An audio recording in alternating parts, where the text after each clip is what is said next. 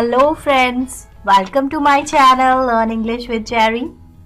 आपने कभी किसी को ये तो कहा होगा how nice he is, she is very good. जब हम किसी को ये कहना चाहते हैं कि वो बहुत अच्छा है या कुछ ऐसे कई वर्ड्स जो है ना हमारे माइंड में क्लिक नहीं करते कि एक नाइस या गुड कहने के अलावा हम उनको क्या यूज़ कर सकते हैं। तो ऐसे ही कुछ वर्ड्स को आज हम डिस्कस करेंगे कि कौन से ऐसे पॉजिटिव वर्ड्स हैं जो कि हम किसी को कुछ अच्छा कहने के लिए यूज़ कर सकते हैं। So let's continue. अगर आप चाहते हैं कि आप मेरे आने वाले किसी वीडियो को मिस ना करें और आप बहुत कुछ सीखना चाहते हैं तो प्लीज़ आपकी स्क्रीन पे आ रहे इस रेड सब्सक्राइब बटन को ज़रूर क्लिक करें। This will really help me and you too. Let's continue with the first word. अगर जैसे आप किसी को कहना चाहते हैं कि वो तो बहुत हंसमुख टाइप का इंसान है, तो उस हंसमुख के लिए हम जो वर्ड यूज़ करेंगे दैट इज़ jovial, या फिर हम कहते हैं cheerful and friendly। कैसे यूज़ करेंगे? हम अपने लिए सपोज यूज़ करना चाहते हैं, I am jovial by nature, That's why I have many friends. मैं बहुत हंसमुख हूँ इसीलिए मेरे बहुत सारे फ्रेंड्स हैं। आप किसी और के लिए भी यूज़ कर सकती हैं। You are very jovial in nature. आप बहुत हंसमुख हैं। Next is generous. अब कई वर्ड तो आपको लगेंगे कि बड़े सुने हुए हैं, बड़े नॉर्मल वर्ड्स हैं, लेकिन हम उनको यूज़ नहीं करते कि ये सिर्फ हमें अब देखेंगे कि कहाँ पे हम उनको बहुत अच्छे से यूज़ कर सकते हैं।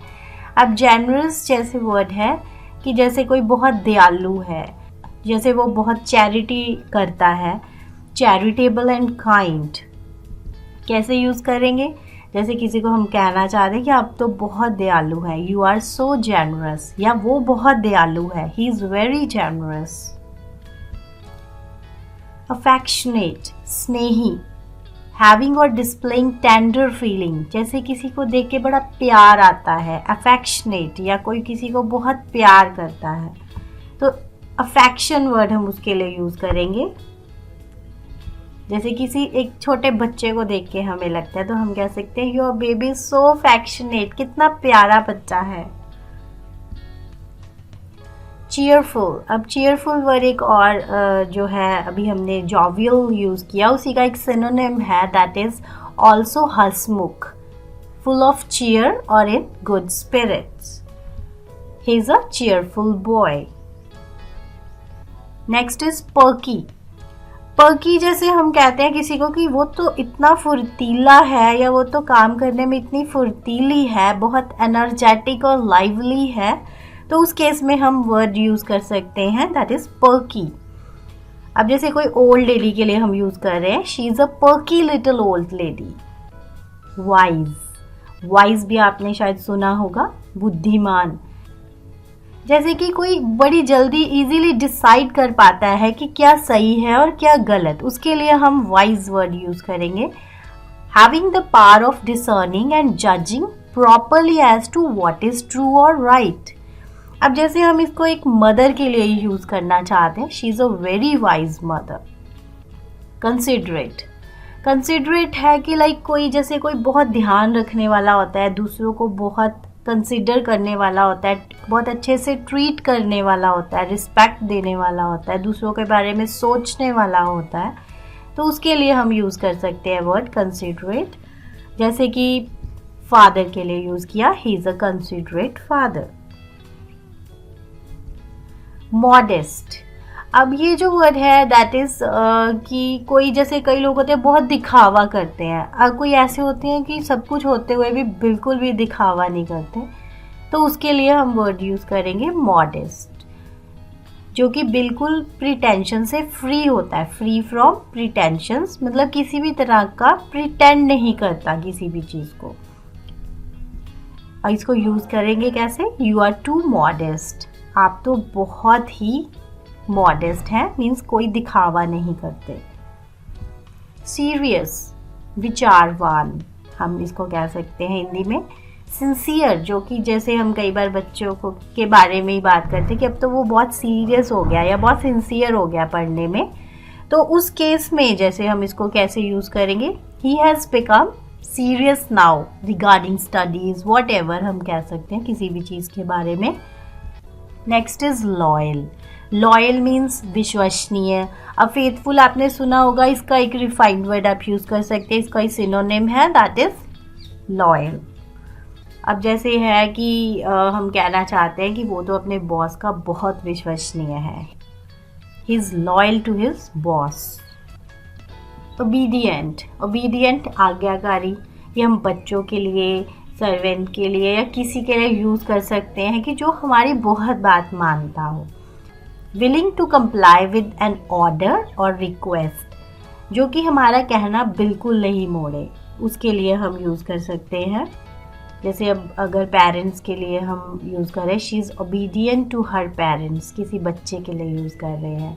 या अगर कोई ऐसा है कि लाइक जैसे ये है, he is an obedient servant and never disputed my orders or argued with me। इसका मतलब है कि वो बहुत अच्छा सर्वेंट है, उसने कभी मेरे ऑर्डर्स को नहीं मोड़ा और ना ही कभी मेरे साथ आर्गूमेंट्स किया है।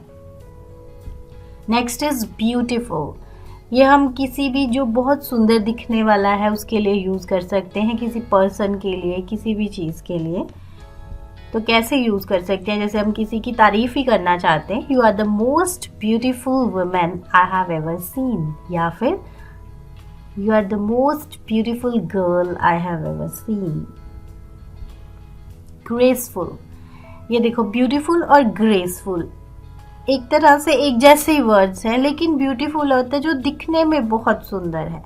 कई लोग ऐसे होते हैं कि वो ड्रेसिंग सेंस इतना अच्छा होता है कि वो बहुत अट्रैक्टिव लगते हैं, सुंदर लगते हैं, तो ऐसे केसेस में हम उनको ग्रेसफुल वर्ड यूज़ कर सकते हैं। She was slim and graceful, या फिर किसी को कह सकते हैं you are so graceful. Truthful, सच्चा। ऑनेस्ट एंड नॉट कंटेनिंग और टेलिंग एनी लाइज, कि जो बहुत सच्चा है, ऑनेस्ट है और किसी तरह का झूठ नहीं बोलता, उसके लिए हम ये वर्ड यूज़ करेंगे। जैसे कि यहाँ पे यूज़ किया, आई ट्रस्ट हर कम्प्लीटली, मैं उसको पूरी तरह से विश्वास कर सकती हूँ, because she is a truthful person who would never tell a lie, वो बहुत ही विश्वसनीय है, ट्रूथफुल है और कभी भी झूठ नहीं बोलती। हेल्पफुल, सहायक, जैसे किसी ने हमारी बहुत हेल्प करी है तो विलिंगली हेल्प करी है, तो उसके लिए हम कह सकते हैं you are so helpful. Optimist, अच्छा पक्ष देखने वाला, इसका मतलब है कि कई बार हम नेगेटिव बातें करते हैं लेकिन सामने वाला हमें हमेशा पॉजिटिविटी दिखाता है हर चीज़ की। Someone who always believes that good things will happen, कि वो हमें दिखाता है नहीं अच्छा भी होगा, इसमें कुछ अच्छा भी हो सकता है, तो ऐसे लोगों को हम ऑप्टिमिस्ट कहते हैं। अगर कोई ऐसा हमें मिलता है तो हम उसके बारे में कह सकते हैं यू आर बॉर्न ऑप्टिमिस्ट या you are so optimist. Respectable, जिनकी सोसाइटी में काफ़ी इज्जत होती है तो हम उसके बारे में यूज़ कर सकते हैं, it sounds like he is a respectable person. Friendly, मित्रतापूर्ण, कई लोग बड़े फ्रेंडली होते हैं, बिहेव ऐसे बहुत अच्छे से बिहेव करते हैं। Behaving in a pleasant kind way toward someone, इसको यूज़ सिंपली ये तो शायद आप लोग करते भी होंगे, ही is very friendly with me. Next is caring. Caring means ध्यान रखने वाला, जो कि दूसरों का बहुत ध्यान रखे। Displaying kindness and concern for others. He is really caring, या you are so caring. Talented, गुणवान, कई बार क्या होता है कईयों में कुछ गाने का टैलेंट होता है, डांस करने का टैलेंट होता है, तो हम कहते हैं she is very good in dance, तो हम टैलेंटेड वर्ड भी यूज़ कर सकते हैं, she is a talented artist. Efficient, अब कई लोग काम करने में बहुत एफिशिएंट होते हैं तो हम कहते हैं he is very good in work, तो हम एफिशिएंट वर्ड भी यूज़ कर सकते हैं। Working quickly and effectively in an organised way, जो बहुत अच्छे से काम करते हैं, ऑर्गेनाइज वे से काम करते हैं।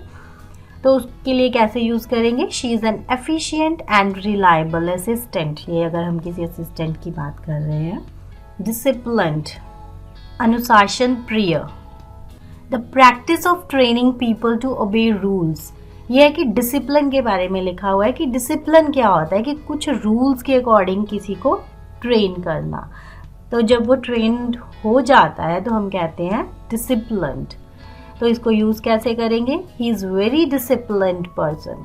या फिर अगर कोई डिसिप्लिन्ड नहीं है, किसी बच्चे के बारे में हम बोलना चाहते हैं, he is not disciplined enough. कई बार किसी स्टूडेंट के बारे में हमें ऐसा बोलना पड़ता है। सिविलाइज्ड, सभ्य, cultured and polite, they were more civilised, comparison हो गया कि वो ज़्यादा सभ्य लोग हैं। कल्चर्ड, अगर हम किसी को कल्चर्ड वर्ड से डिस्क्राइब करना चाहते हैं तो उसका मतलब है कि हम ये कहना चाहते हैं कि उसमें बहुत अच्छे मैनर्स हैं, बहुत अच्छा पढ़ा लिखा है, कुछ इस तरह से। अगर ऐसे वर्ड्स को कंबाइन करेंगे तो बोलेंगे cultured, they are very cultured.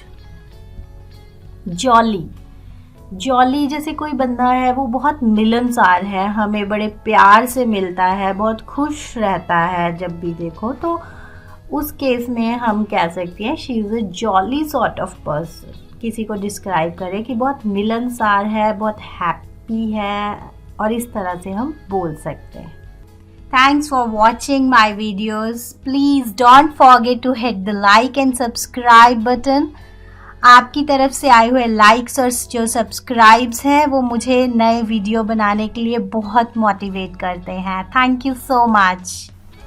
If you want my all videos, then you can type Learn English with Cherry, Learn English with Cherry in the search box and you will get my channel. This is my channel, Learn English with Cherry, and you need to click over here. Now you will get channel and you can subscribe my channel just by clicking on this red button so that you can get all my videos in future also, and you can get all these videos. These are my uploads, and can also click on show more for the previous videos. This is my daily English speaking series, and this is my daily English sentences series. You can join this English speaking course. Okay, have a nice day. Bye bye.